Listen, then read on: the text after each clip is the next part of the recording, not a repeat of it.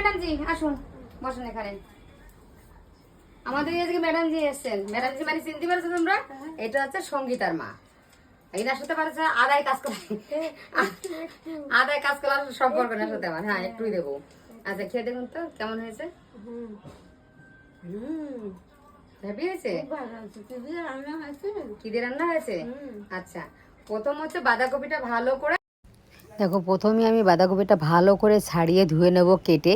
আর তোমরা না ভেতরে পাতাকপির ভেতরের মধ্যে পোকা থাকে, তোমরা এই পোকাটাকে দেখে নেবে। শুপোকা বা পোকা থাকে, খুব কিন্তু খারাপ জিনিস ওটা।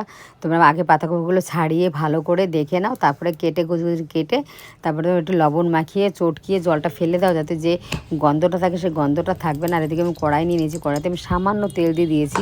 তোমরা চাইলে পরে সিদ্ধ করে নিতে পারো। সিদ্ধ করলে যে কর্কশ ভাবটা থাকে সেই ভাবটা থাকবে না, যা একটু নরম সফট হবে। আর আমি না ভাপ দেবো না, ভাপের বদলে আমি অন্য কিছু করে নেবো। তোমরা দেখো কীভাবে করে নিয়েছি, তোমরা চাইলে এভাবেও করতে পারো, কিন্তু এভাবে খেতে বেশি ভালো লাগে, গন্ধটা থাকে না। আর সেই সঙ্গে যে ভাপটা যে স্বাদটা চলে যায় সেই স্বাদটাও থেকে যাবে, সব দিকেই ভালো থাকবে, মানে পরিপূর্ণভাবে হবে। এদিকে আমি স্বাদ মতো লবণ দিয়ে দিয়েছি, স্বাদ মতো লবণ হলুদ দিয়ে দিয়েছি। এই হলুদ আর লবণটা দিলে কী হবে বলো তো, হলুদটা দিলে কালারটা ভালো থাকবে।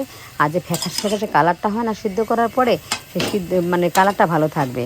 কারণ আর তোমরা চাইলে পরে হলুদটা নাও দিতে পারো, কিন্তু আমার মনে হলো যে হলুদটা দিলে একটু কালারটা ভালো থাকবে, ওই জন্যে আমি আধা ঘন্টার জন্য ছেড়ে দিলাম। এদিকে আমি খুঁজে বেড়াচ্ছি আর উনি এদিকে কী করছে দেখো, অবস্থা দেখো, অবস্থা দেখো।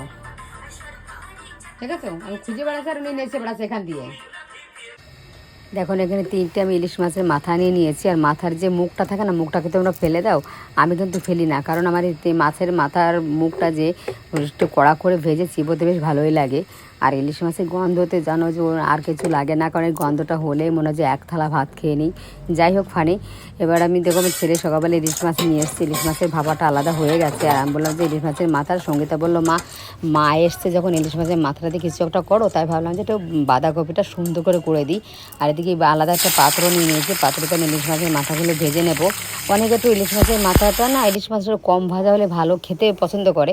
আমার কিন্তু আমি কিন্তু একটু উল্টো, আমি মানে ইলিশ মাছের মাথাটা একটু পরিষ্কার করে মানে একটু লাল লাল করে কড়া করে ভেজে নিলে আমার কাছে খেতে সুবিধা হয়, মানে ভালো লাগে খেতে। আর এদিকে তেল মানে মাছের যে তেলটা আছে তার মধ্যে আরও একটু তেল দিয়ে দিলাম আমি, যেহেতু আলুটা ভেজে নেব। আর এই যে আলুটা আমি কেটে ধুয়ে জল ঝরাতে রেখে দিয়েছিলাম। আর জল শুধু দিলে না হয়তো হাত পা পুড়ে যাওয়ার ভয়, ছিটে যাওয়ার ভয়ে, এর আগে তোমরা দেখেছো আমার অনেক হাত পুড়ে গেছিলো, সেই ভয়ে না আমি একটু ভয়েই থাকি। যাই হোক আলুটা এবার ভালো করে লাল লাল করে ভেজে নেব। আলুর মধ্যেই একটুখানি লবণ, একটু চিনি আর একটুখানি হলুদ দিয়ে আমি আলুটাকে লাল লাল করে ভেজে নেব।